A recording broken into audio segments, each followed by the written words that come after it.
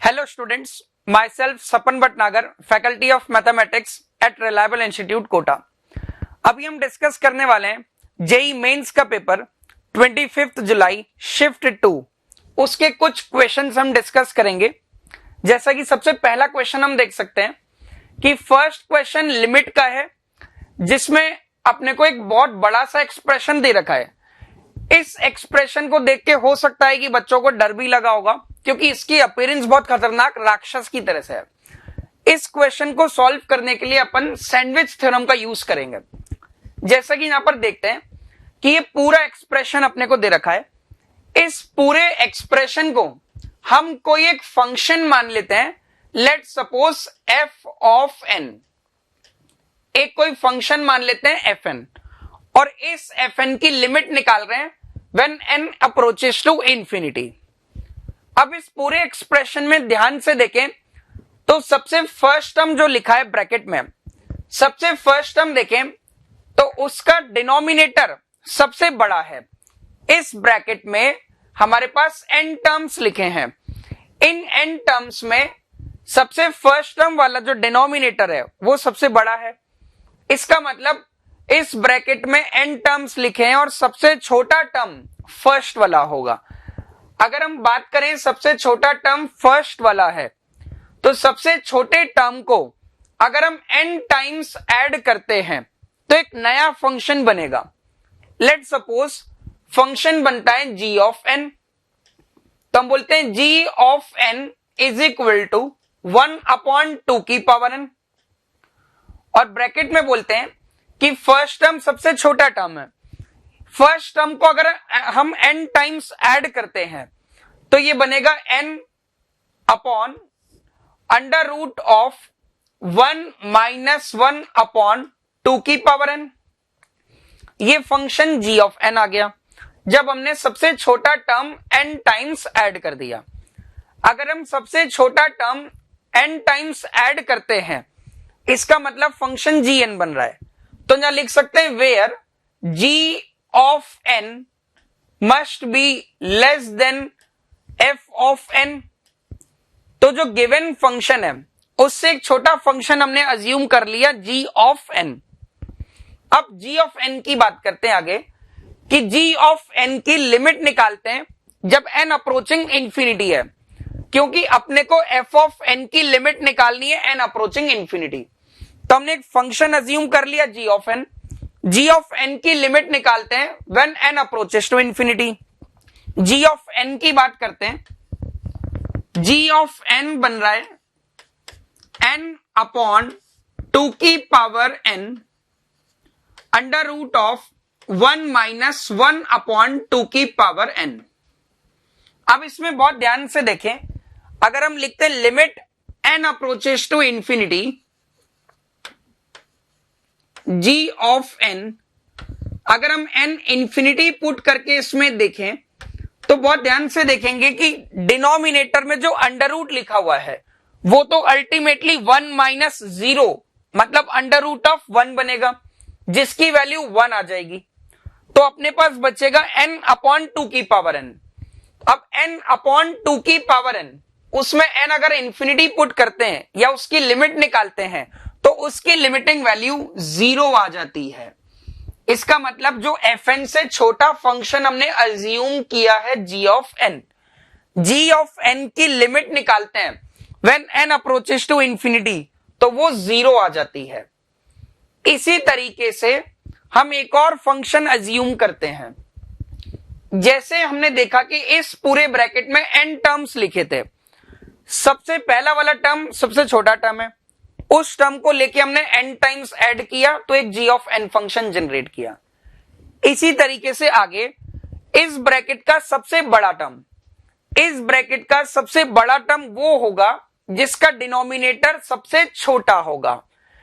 Last term की हम बात करें तो लास्ट टर्म का डिनोमिनेटर सबसे छोटा है, तो लास्ट टर्म सबसे बड़ा होगा। तो हम लास्ट टर्म को बोलते हैं कि n टाइम्स ऐड करके एक नया फंक्शन जनरेट करते हैं h ऑफ n। तो हम h of n function generate करेंगे, उसमें बोलेंगे सबसे पहले लिखा है 1/2 की पावर n, और बोलते हैं जो सबसे लास्ट वाला टर्म था, सबसे लास्ट वाला टर्म सबसे बड़ा टर्म है, इस टर्म को n टाइम्स ऐड करते हैं। अगर इस टर्म को n टाइम्स ऐड करेंगे तो आएगा n upon under root of 1 minus 2 की पावर n माइनस 1 अपॉन 2 की पावर n। इससे हमने h ऑफ n फंक्शन बना लिया। और थोड़ा सा सिंप्लीफाई करते हैं कि h of n is equal to n upon 2 की पावर n। और अंडर रूट के अंदर में ध्यान से देखें तो अंडर रूट के अंदर ये लिखा होगा 1 अपॉन 2 की power n। Since h function define कर रहे हैं जब f का सबसे बड़ा टर्म हमने n टाइम्स ऐड किया है, इसका मतलब हम ये लिख सकते हैं कि h of n must be greater than f of n, ऐसा लिखा जा सकता है। अब जैसे हमने g की लिमिट निकाली थी जब n अप्रोचेस इंफिनिटी था, सिमिलरली ऐसे ही हम h की लिमिट निकालते हैं जब n अप्रोचिंग इंफिनिटी है। तो लिखते हैं limit n approaching infinity h of n। इसकी लिमिट निकालेंगे तो इसकी लिमिट में बनेगा limit n approaching infinity n upon, अब यहां ध्यान से देखें डिनोमिनेटर को हम पूरा एडजस्ट करके लिखें तो ये बन जाएगा 2 की पावर n अंडर रूट में। इसकी लिमिट निकालेंगे n अप्रोचिंग इंफिनिटी पे तो लिमिटिंग वैल्यू 0 आ जाएगी। मतलब f फंक्शन से बड़ा फंक्शन अज्यूम किया h, उसकी लिमिट 0 आ रही है। f फंक्शन से छोटा फंक्शन अज्यूम किया g, उसकी लिमिट भी 0 आ गई। मतलब हम यहां सैंडविच थ्योरम का यूज करके बोल सकते हैं कि f फंक्शन g से बड़ा है h से छोटा है, कि f फंक्शन g से बड़ा है h से छोटा है और n अप्रोचिंग इंफिनिटी पे g की लिमिट और h की लिमिट 0 0 आ रही है। इसका मतलब f फंक्शन की लिमिट भी n अप्रोचिंग इंफिनिटी पे 0 आ जाएगी। तो जहां हम सैंडविच थ्योरम का इस्तेमाल करके इसके लिमिटिंग वैल्यू 0 कमेंट कर सकते हैं। तो इस क्वेश्चन का आंसर हो जाएगा 0। क्वेश्चन का अपीयरेंस थोड़ा खतरनाक है, देख के बच्चों को डर लग सकता है, लेकिन बहुत आसान सा फंक्शन मान के सैंडविच थ्योरम का यूज करके इस क्वेश्चन को सॉल्व किया जा सकता है। इसके बाद हम आते हैं अपने दूसरे क्वेश्चन पे। दूसरे क्वेश्चन में बात करें तो ये मैथमेटिकल रीजनिंग का क्वेश्चन है। अब मैथमेटिकल रीजनिंग के क्वेश्चन में भी यहां पर 3 अपने को स्टेटमेंट्स दे रखे हैं। P दे रखा है राम इज इंटेलिजेंट, Q दे रखा है राम इज ऑनेस्ट, R दे रखा है राम इज रिच। और अपने को बताना है नेगेशन ऑफ द स्टेटमेंट। अब देखते हैं भाई स्टेटमेंट क्या लिखा है। हमें दे रखा है Ram is intelligent and honest, यहां तक देखते हैं पहले। Ram is intelligent and honest का मतलब इंटेलिजेंट एंड ऑनेस्ट मतलब P एंड Q, ये तो सबसे पहला पार्ट हो गया। उसके बाद क्या लिखा है if and only if. If and only if का मतलब डबल इंप्लाइज लगा रखा है। तो सबसे पहले लिखा है P एंड Q, इसके साथ में डबल इंप्लाइज का यूज किया जा रहा है। डबल इंप्लाइज की बात देखते हैं। If and only if he is not rich, if and only if के बाद ही इज नॉट रिच। अब देखते हैं हम नॉट रिच कहां लिखा है। नॉट रिच की बात करें मतलब आर का नेगेशन लिखा होगा। तो if and only if negation R लिखा है तो यहां पर आ गया ये नेगेशन आर। ये अपने को एक स्टेटमेंट दे रखा है कि P and Q double implies negation R. अब भाई अपने को इस स्टेटमेंट, ये स्टेटमेंट नहीं लिखना है, अपने को लिखना है नेगेशन ऑफ द स्टेटमेंट। मतलब इस पूरे का क्या लिखना है, नेगेशन लिखना है। तो बोलते हैं इस पूरे का नेगेशन लिखते हैं। अब इसका नेगेशन कैसे लिखें, इसमें ध्यान से देखें। ये एक तरीके से P double implies Q format का लिखा हुआ है, उसको देखते हैं कि P डबल इंप्लाइज क्यू। अगर इसका हम नेगेशन लिखने जाएं तो P डबल इंप्लाइज क्यू, इसका नेगेशन होता है negation of P double implies Q. इसका फॉर्मूला बच्चों को याद होगा, अगर नहीं भी याद है तो इसको मेमोराइज करें कि आगे हमें और एग्जाम्स देने हैं तो उसमें इसको यूज कर सकते हैं कि negation of P double implies Q का फॉर्मूला होता है negation P double implies Q. इस फॉर्मूले को यूज करते हैं हम इस अपने क्वेश्चन में। अब इसमें करते हैं कि नेगेशन अगर अंदर जाएगा तो फर्स्ट वाले ब्रैकेट का नेगेशन होगा, पहले ब्रैकेट का अगर नेगेशन लिखते हैं तो आएगा नेगेशन P और नेगेशन Q, ये तो फर्स्ट हो गया। उसके बाद डबल इंप्लाइज। अब जो सेकंड स्टेटमेंट है वो एज इट इज लिख देंगे नेगेशन R। तो P डबल इंप्लाइज Q का नेगेशन होता है पहले वाले का negation double implies as it is, और सेकंड वाला एज इट इज आ जाता है।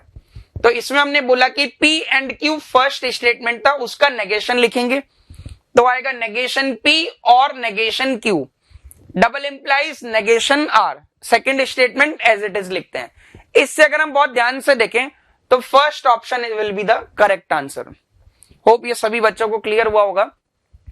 इसके बाद हम अपने नेक्स्ट क्वेश्चन पे आते हैं।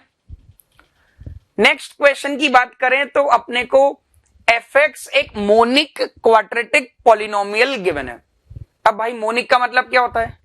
मोनिक का मतलब एक ऐसा पॉलिनोमियल जिसमें लीडिंग कोफिशिएंट 1 के बराबर हो। क्वाड्रेटिक दे रखा है, f ऑफ 1 की वैल्यू अपने को दे रखी है और f ऑफ 0 की वैल्यू p दे रखी है, where p is some non zero number. यहीं तक डेटा पढ़ के हम इसको मैथमेटिकली इंटरप्रेट करने की कोशिश करते हैं। fx मोनिक दे रखा है तो fx is equal to, monic मतलब लीडिंग कोफिशिएंट 1 और क्वाड्रेटिक है तो एक्स स्क्वायर।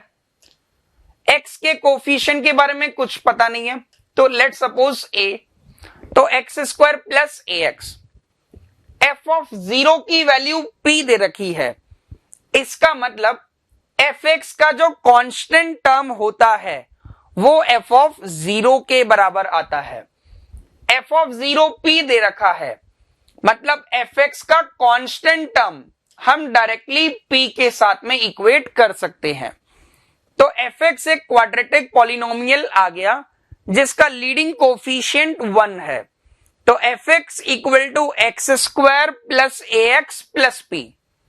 उसके बाद अब अपने को दे रखा है f ऑफ 1 इक्वल टू 1/3, इसको यूज करते हैं।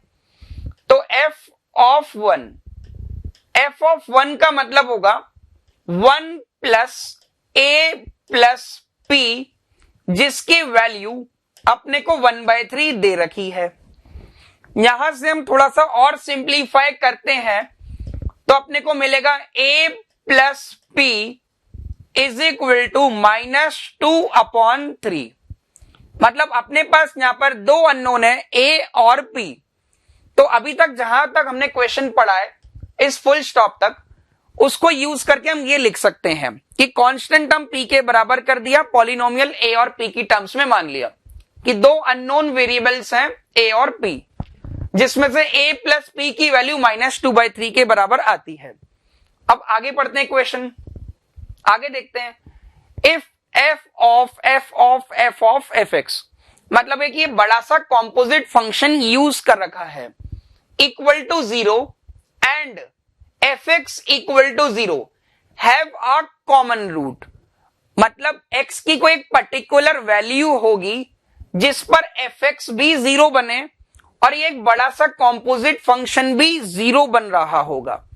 Then the value of f of -3, अपने को -3 पे इस पॉलिनोमियल की वैल्यू बतानी है। तो बोलते हैं अगर दोनों का कॉमन रूट है, fx का भी एक रूट है, वही सेम रूट कॉम्पोजिट फंक्शन का भी है, तो मान लेते हैं लेट सपोज कि अल्फा कोई एक ऐसी वैल्यू है जिस पर fx भी 0 बनेगा और कॉम्पोजिट फंक्शन भी 0 बन रहा होगा। तो बोलते हैं अल्फा पुट करेंगे fx में तो 0 मिल रहा होगा, तो हमने मान लिया कि अल्फा इज कॉमन रूट, तो एफ ऑफ अल्फा 0 हो गया। अब यही अल्फा की वैल्यू हम कंपोजिट फंक्शन में भी पुट करते हैं, तो मिलेगा एफ ऑफ एफ अल्फा, जिसकी वैल्यू अपने को पता है कि 0 आएगी क्योंकि अल्फा कंपोजिट फंक्शन का भी रूट है और गिवन पॉलिनोमियल का भी रूट है। अब आगे एफ ऑफ अल्फा बन रहा है सबसे अंदर, हमें यह पता है कि सबसे अंदर जो एफ ऑफ अल्फा बन रहा है इसकी वैल्यू 0 के बराबर है, जो कि हम यहां से यूज कर सकते हैं। तो सबसे अंदर एफ ऑफ अल्फा बन रहा है जिसकी जगह पे हम 0 सब्स्टिट्यूट कर सकते हैं, तो हमें मिलेगा एफ ऑफ 0, इसकी वैल्यू 0 के इक्वल है। अब हमने थोड़ा सा रिड्यूस कर दिया ये कंपोजिट फंक्शन को।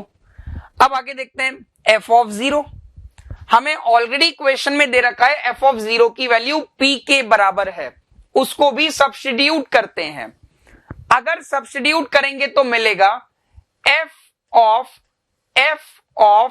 p that must be equal to 0, मतलब हमने कंपोजिट को एक और बार रिड्यूस कर दिया।